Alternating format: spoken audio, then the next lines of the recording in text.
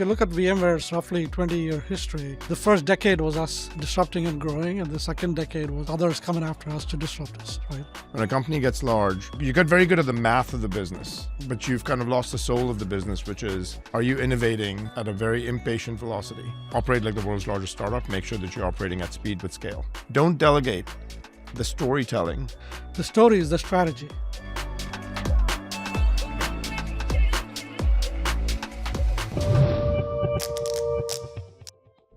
So maybe just to kick it off at a high level, let's talk about running a large operation, both as a disruptor and through a market transition or transformation. So I'll start with you, Raghu. So this is when VMware came out. I remember it was the late 90s and I could run Linux on my, Windows, and it was the most amazing, magical moment.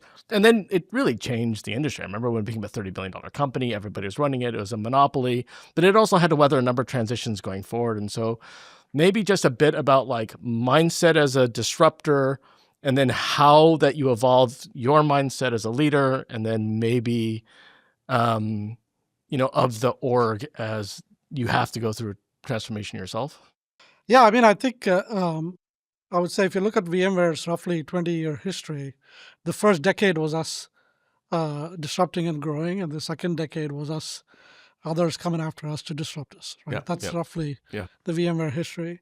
There are 3 or 4 what I call weapons of mass disruption in our industry, especially on the infrastructure side. Yeah. One is if you introduce it's a piece of software that introduces a new abstraction, right? Yeah. Or a new usage model, Yeah. right? Yeah. And that everything starts to aggregate around that. Or you are able to successfully bring about a new class of users that were previously not consumers. Yeah. Right. This is the classic innovator's dilemma description, or a new business model. Right. So in the case of VMware, we did the first and the last one, meaning we brought about a new abstraction for the data center, right, or for compute, to be more specific, which was a software-based virtual machine. And then we had a business model that is associated with software as opposed to hardware. And that was the core of the disruption. And because of the benefits of software, we were able to fundamentally change the usage patterns in the data center. And once you start to change the usage patterns and the behaviors, right, of the practitioners, then you get locked in and the disruption is almost impossible to remove, right? And I would say those weapons of mass disruption were used against us, not intentionally. No, right? for sure. Yeah. When, the 2 big ones that we faced was, the first one, of course, was cloud. Yeah. And the second one was, call it containers and Kubernetes, Yeah. right? In the case of cloud, all the same elements are present. Yeah. Right? The cloud, initially AWS did not change the abstraction. It was still a virtual machine. But everything else, the business model changed. Yep. And the most important change that AWS brought about was it made infrastructure available to developers without IT. That was the massive unlock, right, of a whole new class of. And we had no idea how to work with developers, right? We did not know the secrets of how to do that, I think. So that is the point. And then Docker and Kubernetes and things like that changed the packaging and the abstraction. Now, the interesting thing is the industry, nobody made money on either Docker or Kubernetes. There were some startups, right? But really, there was no big company that was created out of that. But the real fundamental disruption that we had to fight against was the cloud. And the cloud disruption was so hard for us to fight because it brought in a new class of users for infrastructure. Cisco's been such an iconic company for so long. It really rode the internet wave, and then it rode the data center wave. It's been incredibly successful at riding multiple waves. It feels like it's hard to make a wave. You can't do that, but once they happen, you can kind of ride them and capitalize on it. And we're clearly seeing one right now with AI. So it seems to me like a great opportunity for Cisco, again, to kind of figure out what to do. So I'd love to hear how you're thinking about the waves that Cisco did miss. I would love to hear about how you're thinking about, as a leader, at Cisco, how you're thinking about kind of navigating this. Yeah, the obvious one is we missed the cloud wave. If you take a step back and go, every large company that's successful has to have gone through a startup phase, because every large company was a successful startup at some point in time. But what ends up happening though is at some point when a company gets large, they lose touch with the front lines. Yeah. And you kind of get into this mode where you get very good at the math of the business. Everyone knows what the gross margin of the company is, but you've kind of lost the soul of the business, which is, are you innovating at a very impatient velocity and a very fast velocity so that you can continue to keep, discontinuously, leapfrogging. And when that happens, it's something where you have to hit the reset button. Yeah. And I think about 5-6 years ago that had happened for us, and we had to hit the reset button. And let me tell you, what needs to happen when you hit the reset button, which is you have to make sure that you get people who have a founder's mentality. And as execs in the company, as execs in the or company. just throughout? Just throughout. Most of the people that are on my leadership team, a lot of them are ex-CEOs of acquisitions. Oh, that's great. That we've had that are actually running these pieces. And you have to have a combination of CEOs and people that know how to kind of operate within the machine that is Cisco. Yeah. But the CEOs can put pressure by being impatient about saying, this doesn't make sense, I'm not moving fast enough. Yeah. And then the people that know how to navigate Cisco are able to then guide them through. And if you can make a good team out of those two people, magic starts to happen. Yeah. And so where we've really started to see the tempo pick up is operating, we internally have a mantra that says, operate like the world's largest startup, make sure that you're operating at speed with scale. You have to have a great 0 to 1 practice. You have to have a great 1 to 100 practice, and now 100 to 1,000 practice. Yeah. We're actually getting very good at saying, in 9 months, can you get a product from 0 to market? And then in the 3 to 4 years, can you get it to $1 billion? And if you can do that 8, 9, 10 times, you've actually got a pretty healthy additive book of business that you didn't have before. And you can either create a category, or you can make sure that you ride a category that's been created. Yeah, for sure. And that's, I think you can do both of those. It takes a little longer to create a category. I think large companies are very good with running many experiments. Yeah. What they're bad at is doubling down on an experiment works. That's where the startups are good, but they'll just focus on one problem. And then the other thing that you usually see where things fail in a large company is if you read one too many TechCrunch articles, you will build a 0 to 1 product that does not keep in mind your route to market that you have available to you. Yeah. And you have to make sure that you can actually ride the route to market that you have. So you can say, if I can build 10 products that actually leverage my route to market, then I'm going to have an advantage of getting to a disproportionate amount of velocity to get to market. But if I don't leverage the route to market, and if I try to build a new route to market for every single one, then the sales team's going to feel starved. And then you're not going to go out and get to the level. Okay, so let's dig into this very specific. I think many people don't appreciate how complex this exact thing is for a large company. So actually, you said something that I think is exactly right, which is like large companies lose touch with the front lines. Yep. I think Steve Sinofsky has this great model of this, which is for any disruption, you will have these incumbents, and the incumbents, let's say 80% of the dollars comes from 20% of the customers, and those customers are large enterprise, and they've got like very sophisticated needs, and it just drives so much of the business. And so they've got these deep relationships with a few customers, and then a new disruption has, and they're with those customers, they're not with the front lines, which tends to be different. Correct. And so now you've got to retool go-to-market product, everything for this new base, even though 80% comes. And so, I mean, I know, Raghu, you had to deal with this. Like, how did you think about how you evolve the company, not on like a technology disruption, but like even just catering to like a new base,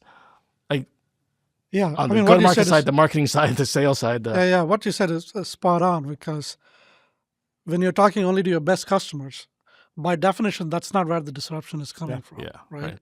And like any other large company, you get really good at talking to your best customers, and that's where all the incentives are as well.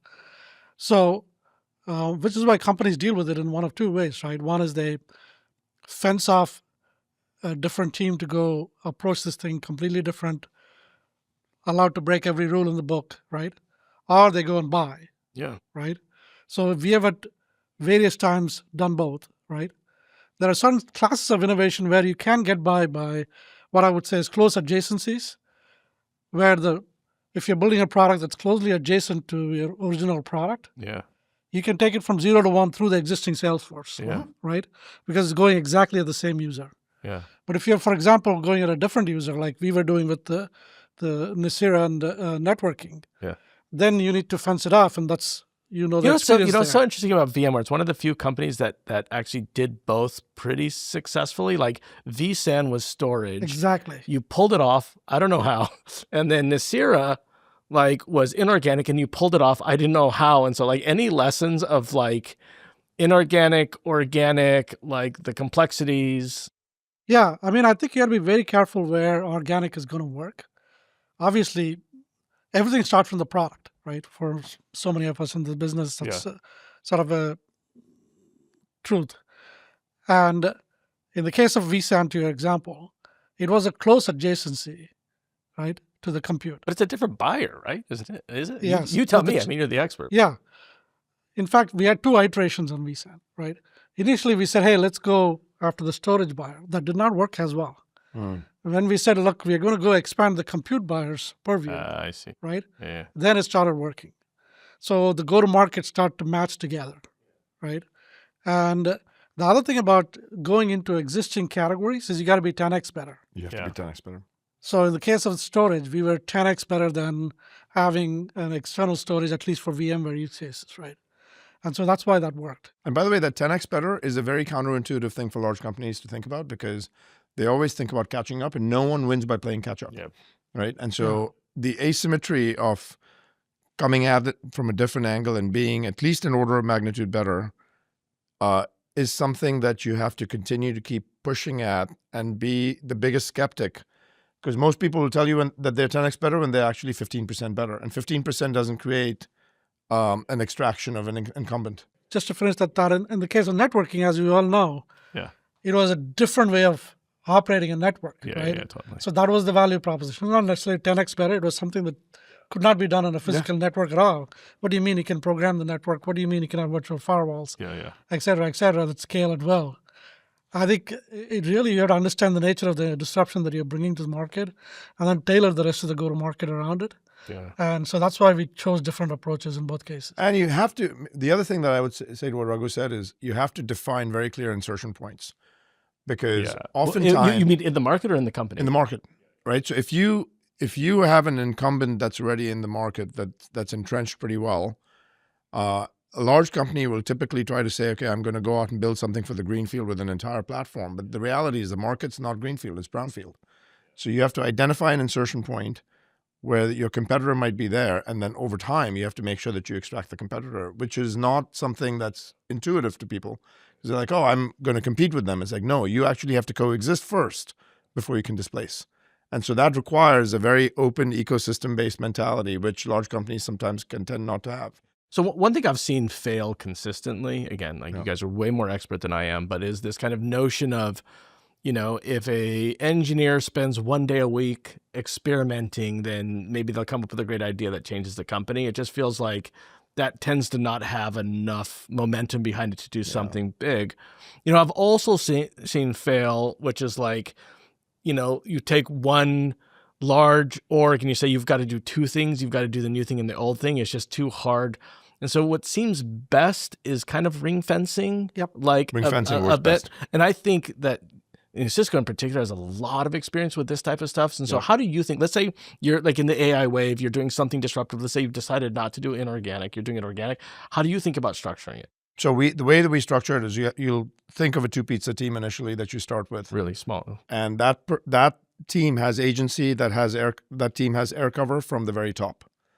So all the way up, all the way up to the that's right. The top of the food chain. And what you have to do, because there's enough antibodies that'll be there that'll actually that'll argue why that's not a good idea and it should be part of the core. 100%. That you have to make sure that team is protected from that and is just focused on go drive it. Now, they might be good at getting a version 1 product out to the market, but they are not going to be good at getting the entirety of the sales force of 17,000 sellers in Cisco's case to go out and get it. So what ends up happening is you have to be very prescriptive of an ideal customer profile that you want to make sure that you start this with. And this is where I feel like, not losing touch with the front lines. This is one of the best ways to not lose touch with the front lines.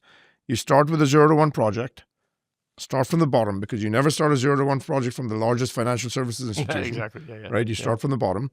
And when you do start from the bottom, you give that team enough freedom, enough agency, and then over time construct enough incentives in the different teams for making that thing successful. Yeah. And when that happens, you start to see, kind of a snowball effect start to occur. But it takes a while. Like one of the things we learned that failed the first couple of times we did this was we'd have the version 1 of the product out, and then the field would just reject it, saying, it's not ready. It's not a complete product. It's actually ready for this segment of the market. Yeah. But you don't want to sell. Would you do an overlay to help? We would have an overlay sales team. But the core would keep it out of the account? Is that core would keep it out of the account because it's not going to go sell at Bank of America. I'm like, yes. Yeah. As actually the wrong account to go sell it in as a version 1 product, because it's not ready for all of the capabilities that are needed there. I don't need to have a data center in China for my first billion. Yeah. And so just being very clear on where you're going to actually make sure that so what we do is when you have an incubation team, they have 2 jobs: build a great product and define an ideal customer profile. Yeah. And really make sure that in that ideal customer profile, you have initial adoption, and a repeatability of a go-to-market opportunity creation motion after you've got the product market fit very, very clearly defined. And once you've got that ICP nailed and you've saturated that market, or you're starting to saturate the market, expand the ICP and then expand it again and expand it again. I think that's a very counterintuitive motion for large companies, because it's very hard to go to 17,000 sellers and say to them, you 1,000 of the sellers, I'm only going to go train you on it. Yeah. So it gets to be a little hard to do. Yeah. I think the term ideal customer profile sometimes, especially in larger companies, misleads people into thinking about, my customers JP Morgan, my customer at Home Depot, etc. That's the ideal use case profile. The ideal practitioner profile. Exactly. The ideal practitioner profile. So you got to narrow cast it down to who's the person that's going to wake up every day using that thing that you're going to build. Yeah. And then revolve all of your practices around that, from go-to-market, of course, into product. But I will tell you this, that once you start building products that start getting momentum in a large company, the company starts regaining a spring in their step.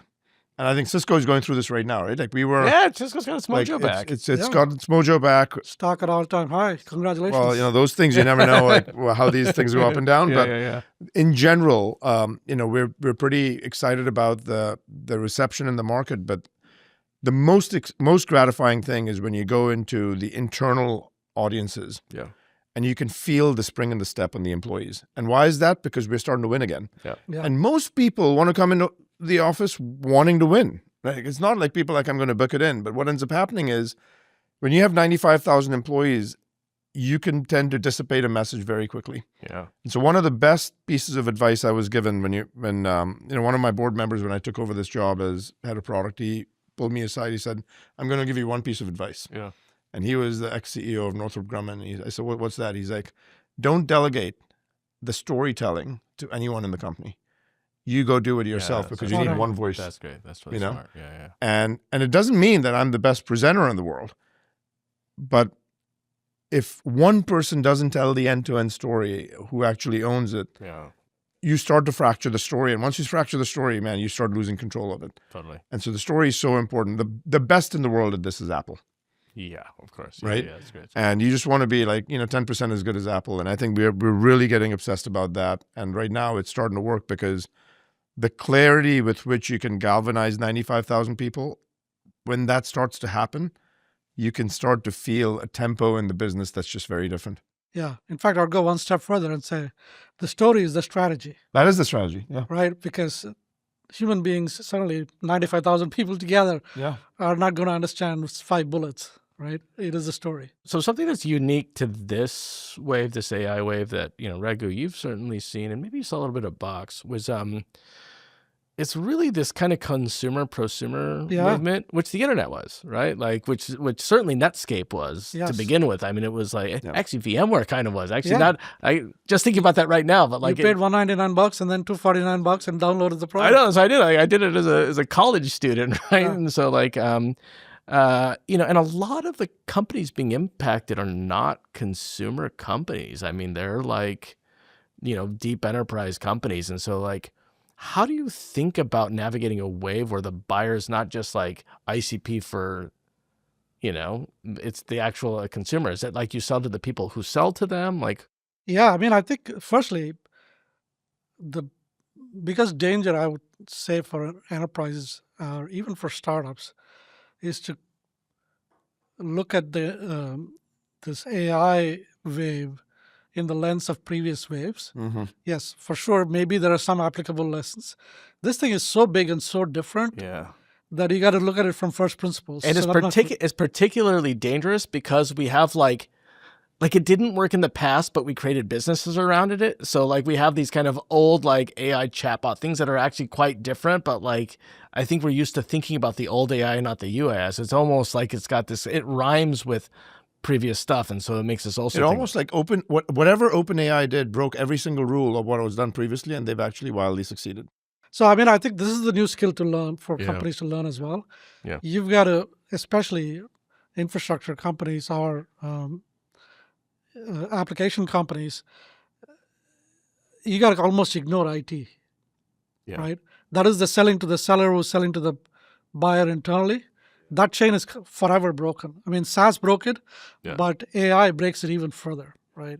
So you got to, and so what that means is that your product managers and everybody else that's trying to figure out what the product is has to really think about the end user from a direct reach point of view. Right, but there's different buyers. Like you could sell to IT or you could sell to like, whatever. Security or marketing. But like, this is literally individuals with credit cards that are not even developers are a bit of a central buyer that we understand how to sell to. But this is like rando, employee, asking ChatGPT to like write an email. So it's very different, right? It seems like Cisco's been able to navigate these because the network is such a point of leverage. If every user uses something, the network TAM grows. And so I'm just kind of curious. I mean, so like one option for Cisco is like, whatever, you have a new data center, we'll sell you a new switch. And it doesn't matter that like a lot of the market is, like you could argue like the entire web is something that Cisco did a phenomenal job with the data center switching, and like it didn't go sell to consumers. That was a consumer phenomenon. And so is that kind of the way that? Yeah, I think the way that we think about ourselves is we are the critical infrastructure for the AI era. Okay, and so still in for it. Yeah. And then you have to look back and say, where is AI constrained? Yeah. Right now, it's constrained in power. It's constrained on compute. It's constrained on the on the network. Yeah. Because if the packet is delayed getting to the GPU is idle. GPU is idle, that's like burning money. Yeah. Especially in the training runs. So you have to make sure that you actually have a very, very efficient packet flow going over there. So low latency, high performance, high energy efficiency, infrastructure on the networking side, super important on training. As you have more agents in the work, your inference demand is not going to be spiky. It's actually going to be sustained because an agent's going to, today, probably an agent works autonomously for 20 minutes. Yeah. In the next 6 months, it'll work autonomously for maybe, 2 hours or 10 hours. And then it'll work for 2 months and then 2 quarters and then 2 years. The longer you work, you have a sustained, persistent demand for inferencing. And your capacity of network appetite is going to go up quite exponentially, because if you have 1,000 employees and you add 10,000 agents, that's like having 11,000 employees. That means you have to have your network bandwidth be equivalent to what can serve 11,000 employees. And so you're going to just need to make sure that you have more infrastructure. And so we are a direct benefactor of that. And then the second area is keep it safe and secure. Yeah. Securing AI is going to be pretty important. We actually have a core foundation on the safety side. So those two become core foundational elements of the infrastructure. And the third one is data, and we've got Splunk. So I think you have to find those kind of foundational elements which say that no matter what happens on the business model, people are going to need, as an infrastructure company, the beauty is your business model is not that complicated. As there's a spike in demand and applications, you're just going to need more infrastructure, and you have to continue to sell the infrastructure to the people building it. Yeah. I mean, I think infrastructure traditionally has followed usage models, right? So back to your consumer thing, you really have to understand the usage pattern, whether it's human beings typing in chatbots or I would say with Cisco, it's also just good to be king, right? I mean, Yeah, if you're in the network, like Yeah. whatever compute grows, the network grows. Yes. And like, Yeah, but it's not always during the COVID crisis. I think it's great to have share, but if you stop innovating, you can actually start to see customers get frustrated. And for about a 6-7 year period, we had just stopped innovating, and I just don't think it was that that productive for us. And then getting back out to innovation right now. For example, past 18 months, we've probably done more innovation than the previous 10 years combined. Our biggest challenge right now is, sitting down with the customer and giving them the story that says, here's where the innovation has happened. When you sit down with them for 90 minutes, they love it. Doing that for 1 million customers is really hard. And so at scale, changing perception is hard. And that's kind of one of those things that it took us about 1.5 years to do that, one thing that's interesting about this AO, actually, Aaron Levy was sitting in that seat. One of my best friends. Yeah, he brought this up, which I thought was really good, which is during this wave, you have a lot of the original founders still running the companies, right? You've got Zuckerberg and you've got Jensen and, you've got Ali Ghodsi. Like there's many. Yep. And so like a founder, we've seen many times with like the Reed Hastings effect can like actually navigate a transformation because they know the team, they are product focused. They have the moral authority. They have the moral authority. They have support from the board. I mean, it's just, so they can do that. When you joined VMware, Diane was still running it, right? Yeah. Right. So, you were over there on Levy. So you've actually seen the founders do it, but, listen, you were CEO as a non-founder, you guys have worked with non-founders. Like, do you think it's a different job?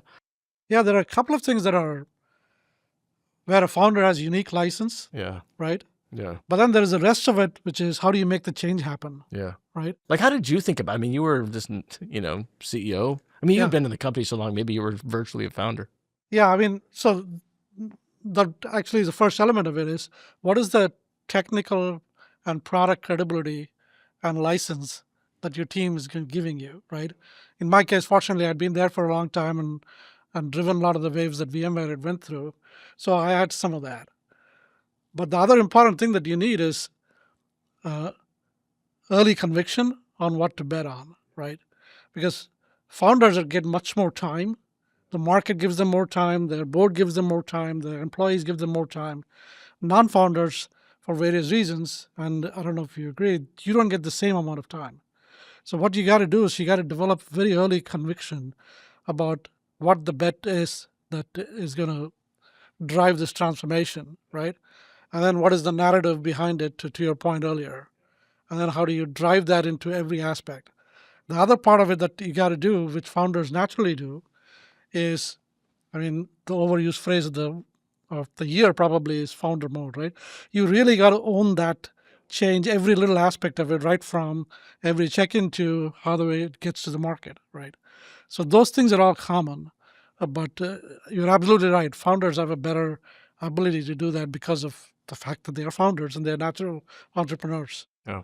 See, I have a slightly different, I agree with everything Raghu said, but I also feel like I've never been a founder.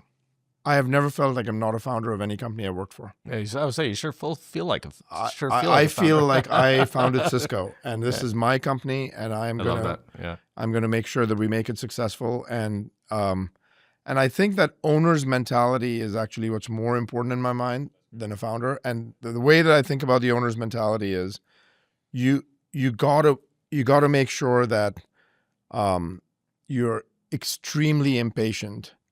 You always remind yourself you're running out of time. You always market in rather than company out. And you don't tolerate any level of mediocrity, and you don't try to win a popularity contest because you'll never win it. And especially the larger the company gets, it actually is a very dangerous trap to fall into because a lot of people will tell you what you want to hear.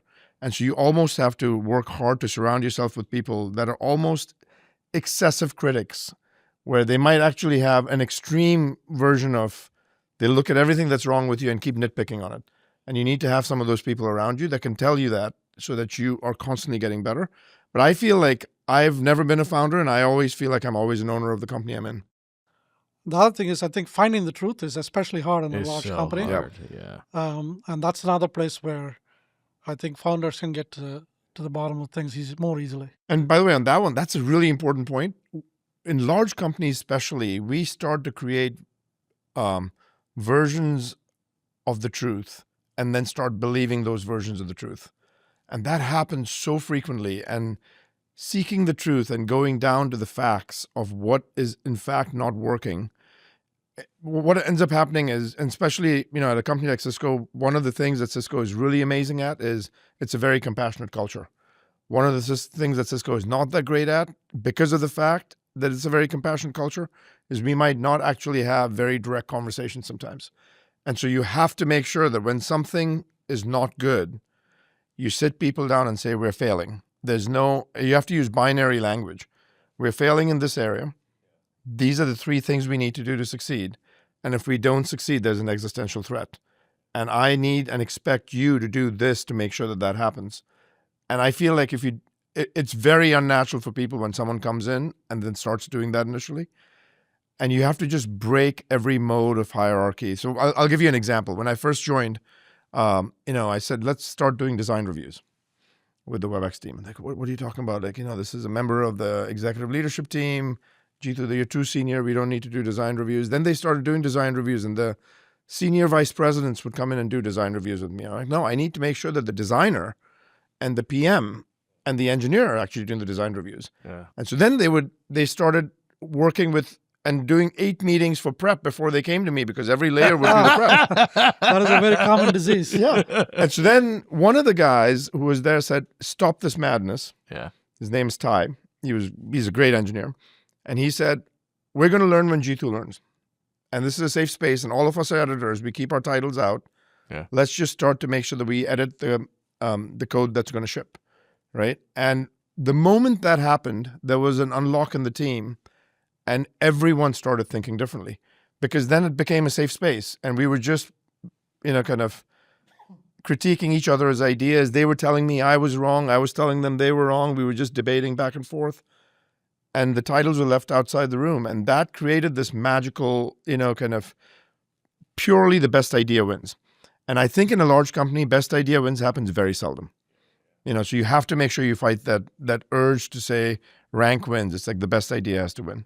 Yeah, it just occurred to me. I don't know. It didn't occur to me before that both of you are product people. Yeah, of course. Right. I don't think nothing against people with other specialities, and they're all phenomenally difficult to acquire expertise in many of these corporate domains. But you cannot navigate this AI transformation, or for the matter, any other transformation, if it doesn't start from the product. Yeah, I think so. That's very interesting. Do you manage like from products on out? Absolutely. I'm very public about this. I usually think the product is the soul of the company. And what we do is we will, when we start thinking about the product side, Cisco used to be a very sales-led company. Well, John Chambers is the consummate sales guy. And what I give Chuck a lot of credit for is he said we have to become a product-centric company. Really? No, I wasn't aware. And then Chuck's a sales guy, right? Yeah, of course. By trade. Yeah, exactly. Yeah. And he said, Jeetu, we have to make Cisco a product-led company, and you have to start from the product. Yeah. And every single time a product guy started bitching about why the salesperson wasn't selling well, Yeah. he said, well, if you build a good enough product that has market pull, Yeah. you're never going to complain about enablement. Like, if you build a product that cures cancer, one of my mentors used to tell me this. Like, if you build a product that cures cancer, you sell it in the Himalayas from 2:30 to 3:30 p.m. on Tuesday afternoon, every third Tuesday of the month. There will be a line out the door, right? Because you're curing cancer. Yeah. So it's like what you have to do is you have to build a great product and make sure that there's enough pull. And I feel like we are probably 70% of the way there now at Cisco, where everyone originates by thinking about what's the product and how are we going to add value. I feel like companies go through 3 stages. They go through the product stage, the sales stage, and the operations. And there's actually leaders for each one of these stages. Like the same person can do all of them, but they have very different requirements. The danger zone seems to be that you've got the operations CEO, during a transformation because it's such a product and they've got to go ahead and reset. And so I do think that having founders tend to always be product because like you have to go to that stage. That's why it starts, yeah. And I mean, if you look across any large Silicon Valley company, or for the matter outside Silicon Valley, where the leaders or the companies have successfully navigated the transition, I don't think you can think of an example. Maybe not. I'm guessing 90% of the time. there's a few people maybe touched by divinity like John Yeah. Chambers, but like Yeah. there's very few of them. Yeah. But the one thing that I've never understood in large companies is the one thing that definitively does not work as a formula is saying, I'm in a tech space and I'm going to cash cow this business and not innovate, and I think I'm going to do great. Like that never plays out in the long term, right? Yeah. And but it is so common. but it's so common, and I've never understood that. It I'm becomes like, a self-fulfilling prophecy. Yeah, pretty soon. 100%. it does. It's like just keep innovating, and it's a very simple formula. Just keep outdoing yourself and doing better every day. And we have this line internally we use: just get 1.27% better every day from what you were yesterday, and in a year you'll be 100x better. There's a power of compounding. Would love, Raghu, your thoughts on the AI stuff. I know it's pretty early, and I'd love to hear your thoughts, Jeetu. So do you think this changes infrastructure? Do you think it's largely independent of infrastructure? Do you think this increases TAM? Like, how do you think about this on a macro scale? I think it changes infrastructure in an enormous way, right? I mean, infrastructure always is a follower of the workload. Change, Yeah, right? of course. Right? Yeah. I mean, go back to Netscape, right? When the browser came out, we were running on 4.8 kilobaud modems or whatever it was, right? And then look at the internet infrastructure today, right? Yeah. I remember the transition from the wiring closet to the data center. Remember, Yeah, like exactly. These mega data centers actually drove switching. Yeah. I mean, the neural net was created on a gaming chip. Yeah, that's right. Yeah. And today, now you've got AI factories, and like you said earlier in the talk, the bottlenecks are progressively moving every way. So I think fundamentally every layer changes. It's not just compute. We got high bandwidth memory changes, right? Obviously the networking changes, the storage access patterns are changing. So every part of what we think of conventional infrastructure is changing, but the layer below that is changing as well, right? Yeah, sure. I mean, this whole business at the end of the day is power to tokens. Yep. And so everything that's in between the power to tokens, starting from power generation to the token output, is dramatically changing. Do you buy that this is 10x step up in market size? Yeah. It's 10x step up in market size because the applications are 10x step up in market potential, right? Because they're replacing labor, they're replacing, I mean, they're GDP enhancing. Whereas previous generations, while there were tremendous advances in productivity, they were not to this scale. I think actually infra from a market size as well as a scale perspective is more like 100 to 1,000x, not 10x in infrastructure scale. Like you will find probably 2 to 3 orders of magnitude. And I think one of the things that we are extremely obsessed about is it's really important when you do something like this that the vertical integration is super important. So like we build our own silicon ASICs. Yeah. We have our own network infrastructure. We have our own security platform. We've got our own, kind of models that we're building in certain cases because I think the models are going to get smaller and more bespoke. Yeah. We have our own data platform. We have our own observability stack. And I think that working well together, but being completely open to the ecosystem is super important in AI. And I right now I feel like those structural changes on how companies think about an open ecosystem will be challenged quite a bit because you have to partner with your largest competitors and be unapologetic about it and make sure that you don't let the internal forces stop you from doing that. Like one of the best things we've done in the past 5 years is we've completely opened up to our competitors. And like, for example, Microsoft Teams is a huge competitor for us. Yeah. And we partnered with them and have them run natively on our devices. Hundreds of millions of revenue is accreted because of that for us. That's awesome. And it wouldn't have happened if we had not opened it up. And the one lesson I've learned on that is when someone owns more than 20% share in the market and you don't integrate with them, you're just excluding yourself from the market. You're actually not doing anything to displace that vendor. And I think in AI, that's going to get even more and more prominent. That's great advice. That's why I asked Raghu whether I could insert into the hypervisor, and he ended up buying the company. Yeah, that was the only way that was possible. Because he said no. Yeah. By the way, I mean, on your point about the vertical integration, I think that's an interesting industry debate, in my opinion. Yeah, because if you look at the last two industry waves, the PC and They the disaggregated cloud, it. Yeah. right? It was all about horizontal disaggregation. Maybe. I listen. It's a timeline question. So they horizontally started. Google makes chips now, man. Yeah, so then they over Completely agree. time. That's where I was going. Yeah, okay. Sorry. Right? Yeah. So now in this wave, it's soup to nuts. And so we'll see if this is the right model. Yeah, for sure. And we are totally starting on like cybersecurity. We're starting to etch security into the silicon. Yeah, cool. And it'll just have a very different performance kind of output than what you'd have otherwise. Totally. I do think that there are signs of horizontalization also, by the way, for sure. in this AI wave. So for example, the open source AI models are actually pretty successful, and like there are separate inference platforms. And so I don't think the vertical versus horizontal is played out yet. It's just so exactly fast and so furious. Yeah. So but that's why you have to make sure that if you do the vertical, you have to be very horizontally friendly. no, that was a great. I mean, actually, I love that. That was a great point. Yeah. So okay, so listen, we're coming to the end of the time. Listen, we've got two of the most storied execs, elite execs in infrastructure. A lot of the people listening to this are in companies navigating this transition. Maybe they're not as big as VMware or Cisco, but like maybe just a few words of how do you think about navigating these and the opportunity as a bit of guidance. I'll give the founders, which I think is kind of the heart and soul of America and the world actually, is the startup ecosystem. And I think it's really important that we keep it vibrant. I would say that's a 6-part formula that I use on what's really important in descending order on how you should think about building a great company. Number one, and the most important thing, is timing. Yeah. Get the timing right. Right now, like, don't fight the mega trend. Make sure that everything that you do actually has AI as a tailwind. Otherwise, you're not going to win. Right? So timing is number one. Number two, make sure you go after a very large market that you can attack a step at a time. Yep. Like if you try to go out and swallow the entire market, it's going to be really hard. So you have to make sure you go after a large TAM, but address it a step at a time. And ideally, create the TAM. Don't go after an existing TAM. It's even better. Number three is team.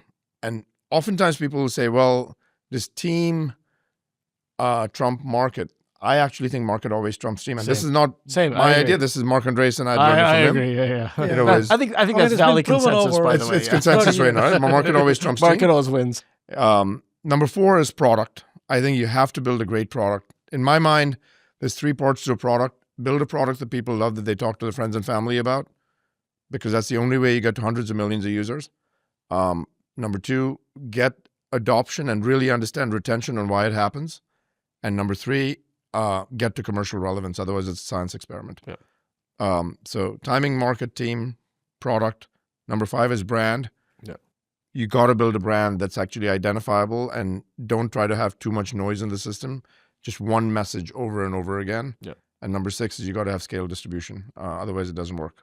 I mean, we don't have time to explore it, but the last 2 are very, very different today than how you do it. Yeah. That's right. By the way, this is again a challenge for large companies, right? Yeah. In fact, this very medium that we are on turns out to be one of the biggest brand building mediums ever, right? And it so I can't think be too scripted. Yeah. You know, like that's the problem, is like people don't want Authenticity. corporate talk. And so Authenticity is the big thing. And I will say, like, the last thing for people that are like looking at these disruptions and they seem a little bit scary, in my experience, there's a lot more opportunity than not. And so 100%. like, in a way, like, run towards the fire in this case. I do actually think it's interesting when people say, well, you know, the AI thing is going to, like, you know, humans are going to be deemed irrelevant. It's like, I think we are so far from a point where humans are not going to be able to add value to society. And I mean, come on, like once cancer is solved and like whatever, once I can like simply pay my taxes, then we can have a conversation. Kind of like an argument. I have to pinch myself saying, are we actually having this argument? Because right now, I can't write a full board presentation with AI just yet. I mean, until I could go to the DMV easily. Yeah. I mean, come on, man. Like, Forget a board presentation, just even a careful email. right? A very careful email that you would send to a customer Yeah. to close a deal or whatever it is. Right? There's a lot of upside going on. Well, listen, thank you so much for joining us. This was a lot of fun. Absolutely. Thank you for having us. Thanks.